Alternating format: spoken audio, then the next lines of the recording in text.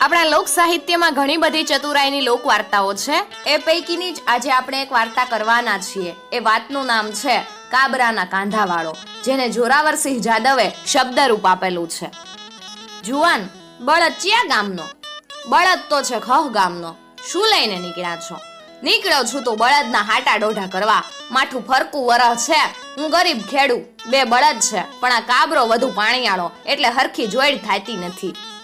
પાણીયાળો બળદ વેસીને જરાક ટાઢો લઈ લઉં તો જોઈડ હરખી થાય ને. જુવાન જરાક જ મોડો પડ્યો. જસદણ દરબારના 3-4 આદમી કાબરા બળદની ગોતે નીકળ્યા છે. ઘડી હાથ મોયરે જ અહીંયા પાણી પીને જ્યાં. હજી મારગ કાંઠે હાલ્યા જ જાતા હશે. માંડ 2 ખેતરવા ભો પોગ્યા હશે. લ્યો બરકી લાવું. કાબરો બળદ વેચવા નીકળેલ ખસ ગામના રાજપૂત રૂપાજી અને વગડામાં પાણીની પરબ માંડીને બેઠેલા એક અવસ્થાદાર ભાભા વચ્ચે આટલી વાત થઈ ત્યાં તો ભાભો ઝડપથી ઊભો થયો ને માર્ગ માથે જતા 2-4 આદમીને ટવકો કર્યો. ટવકો સાંભળતા જ વેત ઓતરાદા મોઢે જતા 4 આદમી દખણાદા મોઢે થઈ ગયા ને ઉપડતા પગે આવ્યા પરબની છાપરીએ. ત્યાં ભાભાએ પેલા 4 જણા સામે જોયું ને કહ્યું, જોવો આ અહીંયા, ઈ દહકદીથી બળદ ગોતવા નીકળ્યા છે. હાટું હધરે તો હધારી જુઓ. પેલા 4 વારા ફરતી બળદને શીંગડે, મોરે ને પેટે, ઉછડે બરાબર જોયો. પડખેના ખેતરમાં કોકનું હાથી ફરતું તું, ત્યાં જઈને ઓહાણી જોયો. પછી કે, તમારો કાબરો અમારી નજરમાં બેઠો છે, હવે કરો કિંમત. રાજપૂત કે, તમે દરબારના માણસ, તમે કિંમત કરો, મને પરવડશે તો દોરી આલીશ. ના, તમારું જાનવર છે એટલે કિંમત તો તમારે મોઢે જ કહેવી પડશે. આમ વડછડ હાલતી હતી ત્યાં એક જણે પરબવાળા ભાભા સામે જોયું ને કીધું, ઈમ કરો, બધી વાત જાવાઈ ગયો. આ ભાભા કિંમત કરે ઈ અનુભવી છે, એકેયને અન્યાય નહીં થવા દે. ત્યારે પરબવાળો ભાભો કે, બેય મારી વાત કબૂલ રાખો તો હું વચમાં પડું. અમને કબૂલ છે, બધાએ સહમતિ જણાવી. ત્યારે ભાભાએ કહ્યું, કાબરો બળ પાણીયાળો, વળી શીંગડે ને મોરે નમણો છે, એટલે રૂપિયા તો હાજા બેહે પણ દુકાળ માથેથી ઉતરવા આવ્યો છે. જેઠ મહિનાની ગઢા હાંધ છે એટલે બળદના રૂપિયા 1.5 હલાય.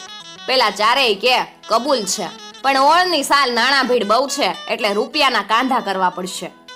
કાંધા કરવા એટલે હપ્તા કરવા. ભાભો ઠાવકાઈથી બોલ્યો, કાંઈ વાંધો નહીં, 50-50 ના 3 કાંધા કરી ગયો. જેઠ અહાડ ને શ્રાવણ મહિનો પૂરો થાય ઈ કેડે 1-1 કાંધો આપવું, 3 મહિને 3 પૂરા કરવા.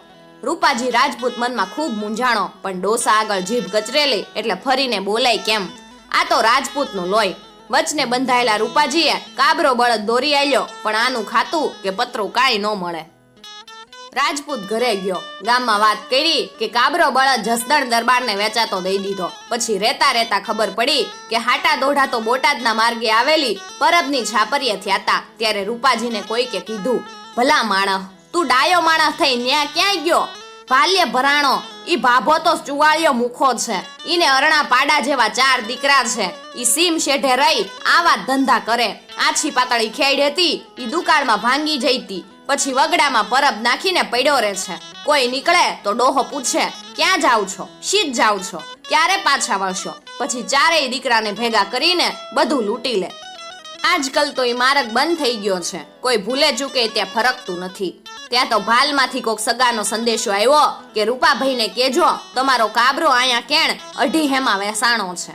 રાજપૂતે વિચાર્યું, મારા દીકરા, આ હાગઠાઓએ ભારે કરી, હવે ગમે એમ કરી એમને લૂંટફાટનો ધંધો છોડાવું નહીં તો મારું નામ રૂપાજી નહીં. એક દિવસ બપોરા નમતા રૂપાજીએ ઘેરથી રાજપૂતાણીને કીધું, મને ભાતા પોતા તૈયાર કરી આલો, આજ તો કાબરાનું કાંધું લેવા જાવું છે. રાજપૂતાણી કે, કાંધાના પૈસા આવે ઈમાંથી મારા હાટું હું લાવશો? રાજપૂત કે, તું રાજી થઈ, તું ઘણા દીથી કેસ ને કે હાતમ આઠમનું પરબલું આવેસ, ગામની વવારું ઘરેણા અને નવા લુગડા પહેરીને રાહડા લે છે, તા મને મારા અડવા અંગેથી શરમ આવે.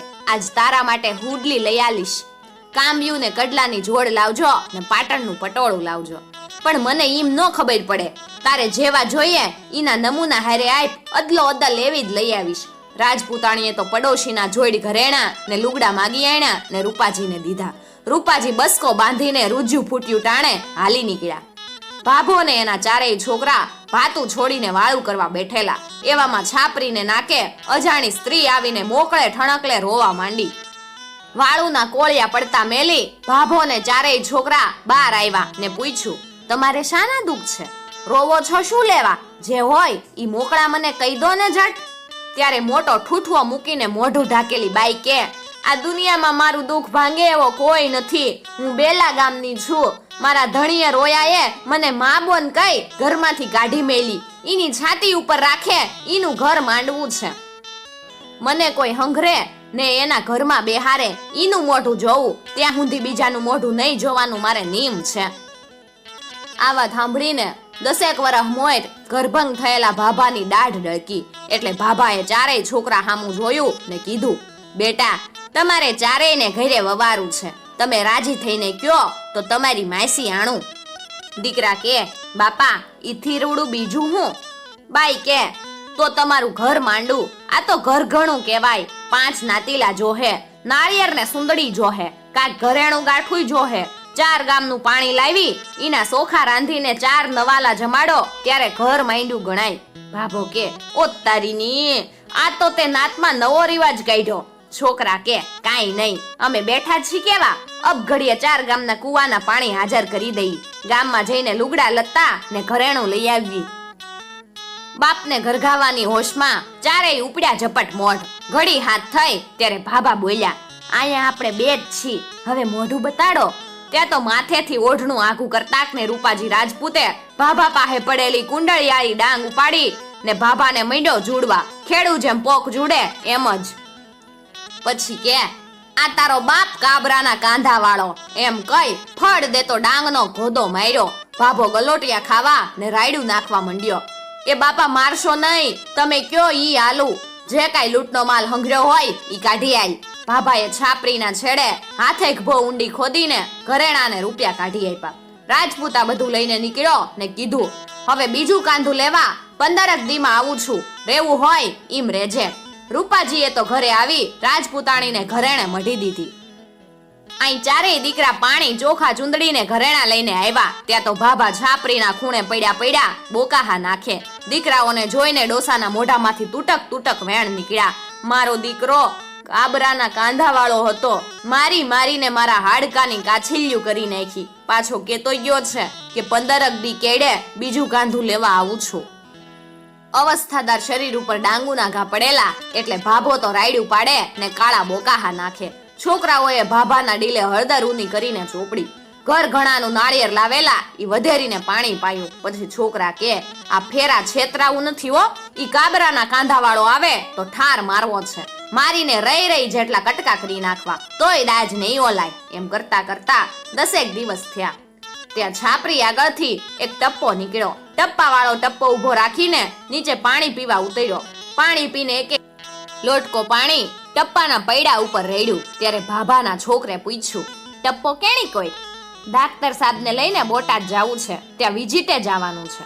છોકરા કે, મારા બાપા બહુ માંદા છે, નો તપાસતા જાવ?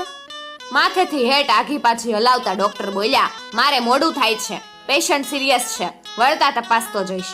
પેલો છોકરો હાથ જોડીને બોલ્યો, બાપા તમે જે કહેશો ઈ ફી આલીશ, પણ મારા બાપાને તપાસીને જાવ ને. ત્યાં ભાભાથી નો રહેવાનું. ઓય બાપલ્યા મરી ગયો, હવે નથી રહેવાતું. છોકરાની આજીજી સાંભળીને ડોક્ટર ટપ્પામાંથી હેઠે ઉતર્યા.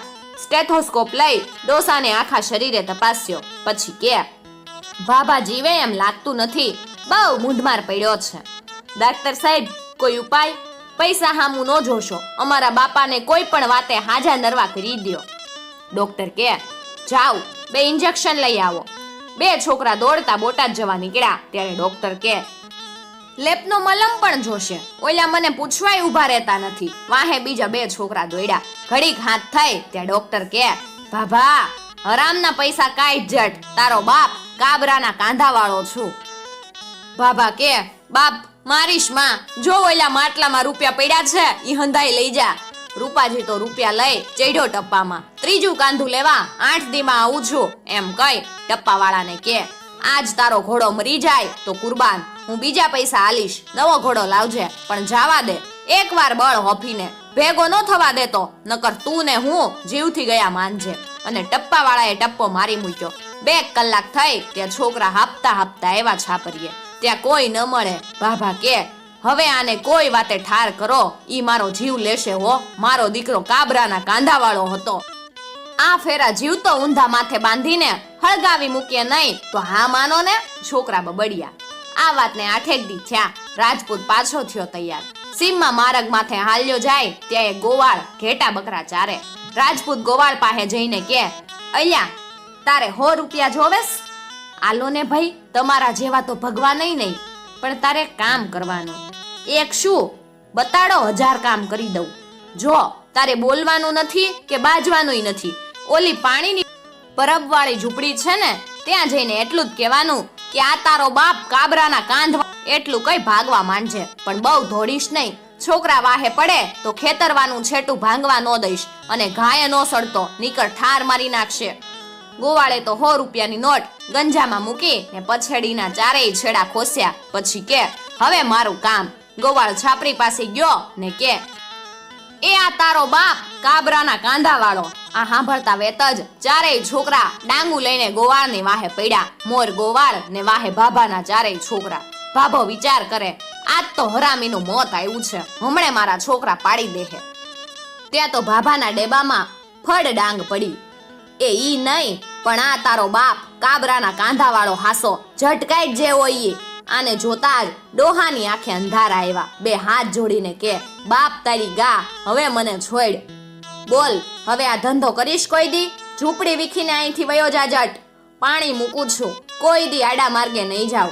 જે હોય ઈ ખરે જેરો કાઢ જટ. ડોસાએ 15-20 રૂપિયાનું પરચુરણ હતું ઈ ધરી દીધું એટલે રાજપૂત લઈને વેતો થઈ ગયો. પછી ચારેય દીકરા થાકીને ઝૂંપડીએ પાછા આવ્યા. ડોસાની હાલત જોઈને ચારેય પોખ મૂકીને રોયા. પછી છાપરીનો સામાન હંકેલી ઘર ભેગા થઈ ગયા. આજની ઘડી ને કાલનો દી. રાજપૂત ઘરે ગયો ને ખાધું પીધું ને રાજ કર્યું. મિત્રો, આવી જ બીજી લોકવાર્તાઓ સાંભળવા માટે ચેનલને જરૂરથી સબસ્ક્રાઇબ કરી અને સાથે આપેલું બેલ આઇકોન પ્રેસ કરજો, જેથી આવનાર નવા વિડીયોઝની નોટિફિકેશન સૌથી પહેલા તમે મેળવી શકો.